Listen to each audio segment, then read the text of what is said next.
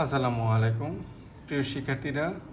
এখন আমি উৎপাদন সম্ভাবনা রেখা নির্ণয়ের যে চিত্রটি পূর্বে করেছিলাম ওটার যেমন ওই উদ্দীপকের গ এর উত্তরটা করেছিলাম।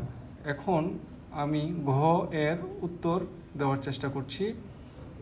সৃজনশীল প্রশ্ন ঘ। সৃজনশীল প্রশ্নে কি লিখেছে আমরা আগে একটু দেখি, প্রশ্নটা কি করেছে আগে আমরা একটু দেখি। যেমন বলেছে উদ্দীপকের আলোকে x সমান 40, y সমান 45 একক এবং x সমান 70, y সমান 60 একক উৎপাদন সম্ভব কি? যুক্তিসহ বিশ্লেষণ করো।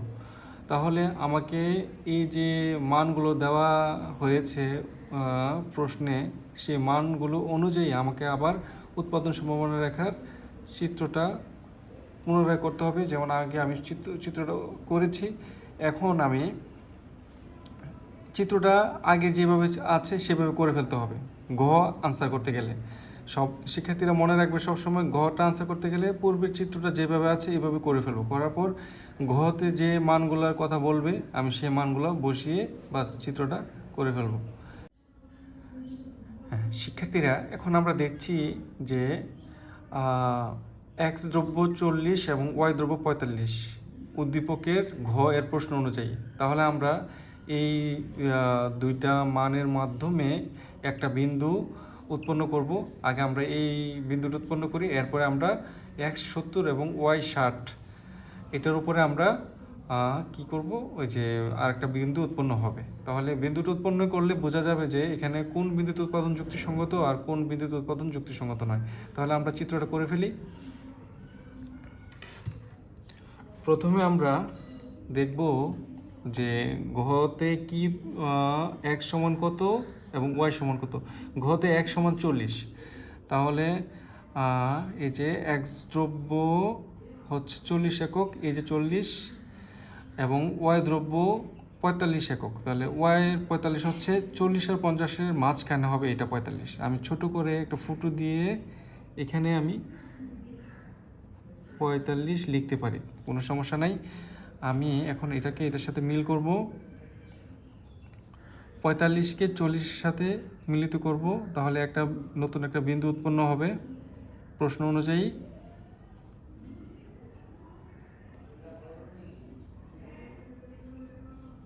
এই যে দেখো এখানে একটা মোটা করে একটা ফুটো দিয়ে দিব। এই বিন্দুর আমি নাম দিতে পারি, যেমন এখানে A B C D E পর্যন্ত আছে, তাহলে আমি এটাকে এফ বিন্দু দিতে পারি। এটা হচ্ছে এফ বিন্দু,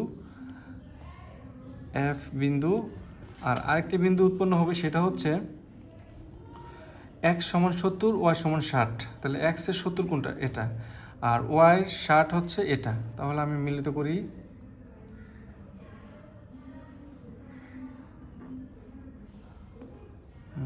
এই যে এই বরাবর হবে বিন্দুটা। এটা আমি এভাবে একটা সহজভাবে করতে পারি, যেমন এই যে 10, 20, 30, 40, 50, 60, 70, তাহলে এই বিন্দুটা হবে এটা। এখন আমি 70-এর সাথে যুক্ত করছি, প্রথমে 60-কে এই বিন্দুর সাথে যুক্ত করছি।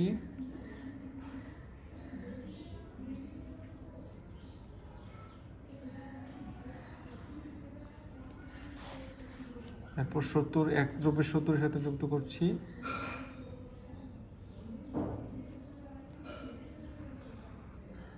এটা হচ্ছে আমার জি বিন্দু,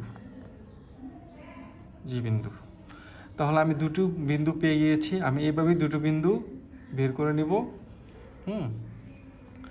এখন যে কাজটা করতে হবে, এই এফ বিন্দুতে কী নির্দেশ করে, জি বিন্দু দিয়ে কী নির্দেশ করে। আমরা জানি যে উৎপাদন সম্ভাবনা রেখার ভিতরের যে বিন্দুটি নির্দেশ করে, মানে এই যে এই বিন্দুটা, এফ বিন্দু হচ্ছে ভিতরের বিন্দু। এখানে উৎপাদনের উপকরণগুলো যথাযথ ব্যবহার করা হয় না, যেখানে সম্পদের অপূর্ণ ব্যবহার হয়। আর সম্পদের অপূর্ণ ব্যবহারের কারণে এই এফ বিন্দুতে উৎপাদন যুক্তিসঙ্গত হবে না। ঠিক আছে, আমি কথাটা আবার বলি। যেহেতু এফ বিন্দু উৎপাদন সম্ভাবনা রেখার ভিতরে অবস্থিত, তাই এই এফ বিন্দুতে উৎপাদন করা যুক্তিসঙ্গত হবে না। কারণ হচ্ছে যে এখানে সম্পদের উপকরণগুলো যথাযথ ব্যবহার করা হয় না, এখানে সম্পদের অপূর্ণ ব্যবহার হয়। ঠিক আছে, আর জি বিন্দুটা হচ্ছে উৎপাদন সম্ভাবনা রেখার বাইরে অবস্থিত। আর উৎপাদন সম্ভাবনা রেখার বাইরে যে বিন্দু অবস্থিত হয় সেটা হচ্ছে কি যে উপকরণ এখানে সীমাবদ্ধতা থাকে। এখানে উৎপাদনের উপকরণের সীমাবদ্ধতা থাকে। উৎপাদনের উপকরণের সীমাবদ্ধতার কারণেই এই জি বিন্দুতে উৎপাদন সম্ভব নয়, মানে যুক্তিসঙ্গত নয়। কারণ এখানে বোঝাচ্ছে যে জি বিন্দুতে সম্পদের অভাব বোঝাচ্ছে। সম্পদের অভাবের কারণেই এই যে বিন্দুতে উৎপাদন যুক্তিসঙ্গত নয়। তাহলে আমরা কি বুঝতে পারলাম? এ বিন্দুতেও উৎপাদন যুক্তিসঙ্গত নয়, জি বিন্দুতেও উৎপাদন যুক্তিসঙ্গত নয়। হ্যাঁ, আর কাম্য বিন্দু কোনগুলো তাহলে? A B C D E, কারণ এটা হচ্ছে উৎপাদন সম্ভাবনা রেখার মধ্যে এই বিন্দুগুলো অবস্থিত। আর ভিতরে এবং বাইরের বিন্দুগুলোতে উৎপাদন আমি যেখানেই করি না কেন, যদি এখানে যদি একটা বিন্দু উৎপন্ন হতো, এখানে যদি একটা উৎপন্ন হতো, এটা তো উৎপাদন সম্ভাবনা রেখার ভিতরে যে কোনো জায়গায় হোক, সেখানে উৎপাদন যুক্তিসঙ্গত হবে না। আর যদি বাইরে এখানে একটা হতো, এখানে একটা হতো, এখানে একটা হতো, এখানেও বাইরের যে কোনো জায়গা হলেও উৎপাদন যুক্তিসঙ্গত হবে না। আর যদি এই A B C D E বিন্দুর যেই দিকে উৎপাদন সম্ভাবনা রেখার মধ্যে যেখানে হোক, এখানে হোক, এখানে, মানে রেখার মধ্যে যেখানে হোক, তাহলে উৎপাদন যুক্তিসঙ্গত হবে।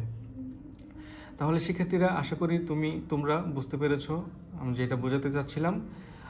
এটা ঢাকা বোর্ড 2023-এর ঘ এর সৃজনশীল প্রশ্নের আনসারটা করেছি আমি। হ্যাঁ, আর ব্যাখ্যাটা তোমরা আমি যেভাবে আলোচনা করেছি ব্যাখ্যাটা ওইভাবে মিলিয়ে তোমরা তৈরি করে ফেলতে পারবে আশা করি। তারপর যদি কারো কোনো সমস্যা হয় কমেন্ট বক্সে আমাকে জানিও, আমি সমাধান করার চেষ্টা করব। তো সবাই ভালো থেকো, আল্লাহ হাফেজ।